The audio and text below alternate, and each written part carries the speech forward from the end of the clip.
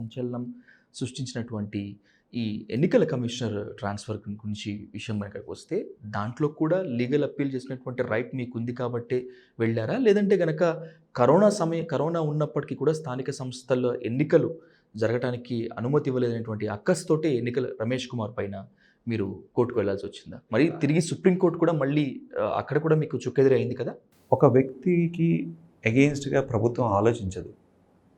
ప్రభుత్వం ఆలోచించేది ఎప్పుడు కూడా ప్రజల కోసం ఆలోచిస్తుంది, మెజారిటీ ప్రజల కోసం ఆలోచిస్తుంది ఏ కార్యక్రమాలన్నా కూడా. రమేష్ కుమార్ గారు he so happen to be IAS officer, he so happen to be state election commissioner, that's it. దానికంటే బియాండ్ మాకేం వ్యతిరేకత ఆయన మీద ఏం లేదు.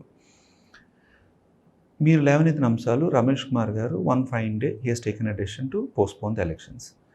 He didn't consult anybody in state of Andhra Pradesh.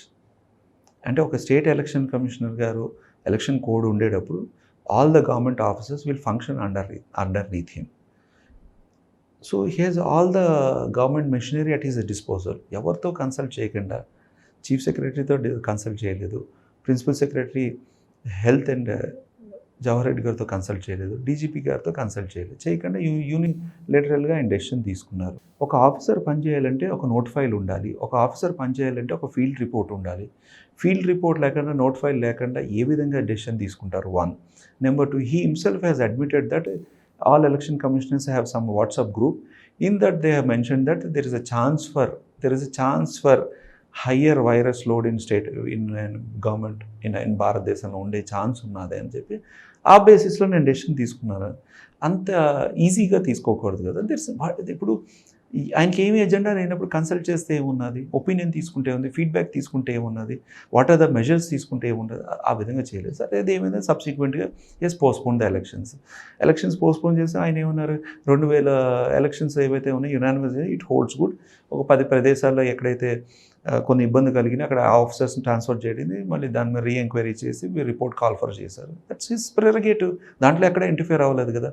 తర్వాత then when we went to supreme court, what supreme court has said, election కమిషనర్కి అన్ని రైట్స్ ఉన్నా కూడా ఒక పక్క ఏమో ఎలక్షన్స్ పోస్ట్పోన్ చేస్తారా, దెన్ అన్ఎండింగ్గా ఓపెన్ ఎండెడ్గా మీ ఎలక్షన్ కోడ్ కూడా పెంచేసుకుంటారా?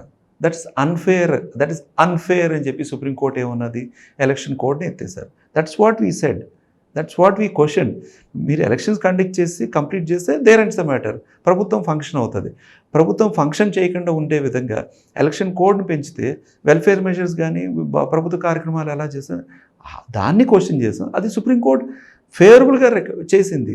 సరే, ఎందుకు పోస్ట్పోన్ చేసిందంటే అప్పటికి హెల్త్ ఎమర్జెన్సీ డిక్లేర్ చేయడం జరిగింది. స్టేట్ ఎలక్షన్ కమిషన్ రమేష్ కుమార్గా డిక్లేర్ చేసి హెల్త్ ఎమర్జెన్సీ భారతదేశం డిక్లేర్ చేయలేదు. సబ్సిక్వెంట్గా కోర్టు ఆర్గ్యుమెంట్ జరిగేది హెల్త్ ఎమర్జెన్సీ డిక్లేర్ చేయడం జరిగింది. So court said okay, it's fine, because already government of India has declared health emergency and we need to take sufficient care because this is going to be a pandemic కాబట్టి elections వద్దన్నారు. that we also agreed for it. What we disagreed with him is, you can't one hand you can't postpone, other hand you can't extend your election code and you will be the sumo to everything. So ప్రభుత్వాన్ని గవర్నమెంట్ని కుంటే అంటే ఒక disadvantages పొజిషన్లో నెట్టే విధంగా ఉన్నది, అందులో అది క్వశ్చన్ చేయడం జరిగింది. That's it. ప్రజల్లో కూడా దీనిపైన చాలా భిన్నాభిప్రాయాలు వ్యక్తమయ్యాయి శ్రీధర్ గారు. అంటే కరోనా లాంటి పాండమిక్ టైంలో స్థానిక సంస్థలు హడావుడిగా నిర్వహించేసి ఒక విజయబావుట ఎగరవేయాలనేటువంటిది జగన్ సర్కార్ ప్లాన్, దానికి రమేష్ కుమార్ అడ్డు వేశారు అనేటువంటిది ప్రజల్లో బాగా వెళ్ళింది. అది తెలుగుదేశం వాళ్ళు మాట్లాడతారు, ప్రజలు కూడా అర్థమైంది. ఆ పాయింట్ ఆఫ్ టైంలో మేము అడిగినప్పుడు మీరు 2 క్వశ్చన్స్ అడిగారు. ఒకటి ఈ క్వశ్చన్, అంతకుముందు ఇంకో క్వశ్చన్. ఈ రెండు ఏంటంటే, అప్పుడున్న కాంటెక్స్లో హెల్త్ ఎమర్జెన్సీ డిక్లేర్ చేయలేదు. మేము ఎలక్షన్స్ కండక్ట్ చేయమన్నప్పుడు హెల్త్ ఎమర్జెన్సీ డిక్లేర్ చేయలేదు, పాండమిక్ అని డిక్లేర్. అప్పుడు హోల్డ్స్ గుడ్, మా స్టాండ్, మా గ్రౌండ్ కరెక్ట్ ఆ పాయింట్ ఆఫ్ టైంలో. బట్ ఎప్పుడైతే హెల్త్ ఎమర్జెన్సీ డిక్లేర్ చేసి పాండమిక్ డిక్లేర్ చేస్తారు, we are not asking for elections. ఈ మధ్యకాలంలో కూడా తెలుగుదేశం నాయకులు, తెలుగుదేశం అంతపాడే పత్రికలు, టీవీ ఛానల్స్ వాళ్ళందరూ, అనలిస్టులు, సోషల్ మీడియా మాట్లాడే వాళ్ళందరూ జగన్ గారికి ఎలక్షన్స్ కావాలంట. అదేంటి, మీకు అక్కర్లేదా? తెలుగుదేశం వాళ్ళకి అక్కర్లేదా? ఓడిపోతారని భయమా? That is not correct. ఎప్పుడైతే సిచ్యువేషన్ పర్మిట్ చేస్తే అప్పుడే ఎలక్షన్స్ కండక్ట్ చేస్తాం. మాకున్న అడ్వాంటేజ్ వల్ల డెఫినెట్గా మేము గెలుస్తాము. తెలుగుదేశం నాయకత్వం కానీ, జనసేన నాయకత్వం కానీ ఈరోజు ఆంధ్ర రాష్ట్రంలోనే లేదు. ప్రజలకి భరోసాగా లేదు. 2014, 2019లో 2014, 2018 ఆల్మోస్ట్ వరకు తెలుగుదేశం నాయకత్వం, తెలుగుదేశం పార్టీ బీజేపీతో అలయన్స్లో ఉన్నారు. ఉన్నంత వరకు ఏం చేశారో అందరికీ తెలుసు. పర్సనల్ వ్యవహారాలని 4 సంవత్సరాలు చక్కబెట్టేసుకుని ఇంక ఎలక్షన్ వస్తున్న టైం కోడ్ ఒక సంవత్సరం వచ్చే టైంకి ఇమీడియట్గా స్పెషల్ కేటగిరీ స్టేటస్ అని చెప్పి దీక్ష పోరాటాలు అని చెప్పి ప్రభుత్వం ఖర్చుతో మీటింగ్లు పెట్టడం జరిగింది. అండ్ సబ్స్టాన్షియల్ మనీ ఖర్చు పెట్టడం జరిగింది చంద్రబాబు నాయుడు గారు. ఒక్కొక్క మీటింగ్ 5 కోట్లు, 2 కోట్లు, 3 కోట్లు ఖర్చు పెట్టడం జరిగింది. ఆర్టీసీని విచ్చలవిడిగా అసలు వితౌట్ నామ్స్ ఫాలోయింగ్ డబ్బులు పే చేయకుండా వాడేసుకున్నారు. ప్రజల్ని మొబిలైజ్ చేసుకోవాల్సింది. జగన్మోహన్ రెడ్డి గారు ప్రజలు సొంతంగా స్వచ్ఛందంగా వస్తూ ఉంటే చంద్రబాబు నాయుడు జనం రారు కాబట్టి ప్రజలను బస్సులు పంపించి తెప్పించుకోవాల్సి వచ్చింది. అవన్నీ అవుట్ స్టాండింగ్ పెట్టి దిగిపోయారు చంద్రబాబు నాయుడు గారు. ఆ పాయింట్ ఆఫ్ టైంలో నరేంద్ర మోడీ గారు ఏమన్నారు, పూరా పోలవరంకో బాబ్బేట ఏటీఎంలా వాడేసుకున్నారు అన్నారు నరేంద్ర మోడీ గారు, ప్రధానమంత్రి గారు. అప్పుడు తర్వాత సబ్సిక్వెంట్ ఎలక్షన్స్ గెలిచిన తర్వాత మళ్ళీ ఆయనే ప్రధానమంత్రి గారు. That is his opinion, BJP opinion. ప్రధానమంత్రి క్యాండిడేట్ ఆ టైంలో ఎగ్జిస్టింగ్, అంటే ఆల్రెడీ ఈజ్ సిట్టింగ్ ప్రధానమంత్రి అండ్ ఎలక్షన్లో ఈజ్ అయితే నెక్స్ట్ ప్రధానమంత్రి పోటీ క్యాండిడేట్ కూడా. ఆయన అలాంటి చెప్పడం జరిగింది. ఎందుకంటే ఆయన ఉట్టినే అనరు కదా. అలాంటి ప్రభుత్వం నడిపింది చంద్రబాబు నాయుడు గారు. ఆఖరి 6 నెలలు ఏం చేశారు చంద్రబాబు నాయుడు గారు? నరేంద్ర మోడీ లాంటి నాయకత్వమే, అంత బ్యాడ్ నాయకత్వం లేదు, ఇలాంటి వ్యక్తే లేడు, ఇంకా అఘోరంగా మాట్లాడారు. ఇంకా బాలకృష్ణ గారు ఒక ధర్మదీక్ష లేకపోతే చంద్రబాబు నాయుడు పుట్టినరోజు ఒక దీక్షలో ఎంత అఘోరంగా హిందీ, తెలుగు, ఇంగ్లీష్లో మాట్లాడారు. భారతదేశంలో ఆ విధంగా ఎవరు ఆ విధంగా మాట్లాడలేదు. పోనీ చంద్రబాబు నాయుడు గారు స్టేజ్ మీద ఉన్నారు, వరల రామయ్య గారు కండక్ట్ చేస్తున్నారు మీటింగ్, వారిద్దరూ కొంత అతి ఉత్సాహంగా బాలకృష్ణ గారు ఇలా అన్నారు అని ఏదైనా పొరపాట్లు ఏదైనా అన్నారా? ఎక్స్క్యూజ్ అని ఏదైనా అడిగారా? అబ్బాయి ఏమీ అనలేదు. అదేవిధంగా తెలంగాణ రాష్ట్రంలో కేసీఆర్ గారు కూడా అగౌరవంగా నరేంద్ర మోడీ గారి గురించి మాట్లాడడం జరిగింది. మాట్లాడిన తర్వాత కంగారు పడ్డారు, పొరపాటుని తెలుసుకున్నారు. కొడుకు కూతురు చేత మేము ఆ మాట అనలేదు, మేము అగౌరవపరిచే ఉద్దేశం లేదు అని చెప్పి సరి చేసుకున్నారు. ఆ విధంగా ఆంధ్ర రాష్ట్రంలో సరి చేసుకున్నారా ఎవరన్నాను? రాజకీయంలో అన్నీ మాట్లాడతాం, బట్ ఒక వ్యక్తి దూషణ డైరెక్ట్ ఒక వ్యక్తిని ఆ విధంగా అగౌరవపరచకూడదు కదా. అది కూడా ప్రధానమంత్రి ఎగ్జిస్టింగ్ ఆ రోజు ఆ పాయింట్ ఆఫ్ ప్రధానమంత్రి, సబ్సిక్వెంట్గా ప్రధానమంత్రి కింద క్యాండిడేట్ ఆయన పోటీ చేస్తున్నారు. అలాంటి రాజకీయం చేసింది చంద్రబాబు నాయుడు గారు, తెలుగుదేశం వాళ్ళు. టోటల్గా ఎన్నికల కమిషన్ విధుల నుంచి రమేష్ కుమార్ తొలగింపు, ఆ తర్వాత సుప్రీంకోర్టు ఆర్డర్స్, వీటన్నింటినీ వైసీపీ సర్కార్ ఏ విధంగా సమర్థించుకుంటుంది? ఇప్పటికైనా తప్పు చేశామని చెప్పి ఒప్పుకొని పోస్ట్మార్టం చేసుకుంటుందా, లేదంటే మీరు again you are going to asking me out of context.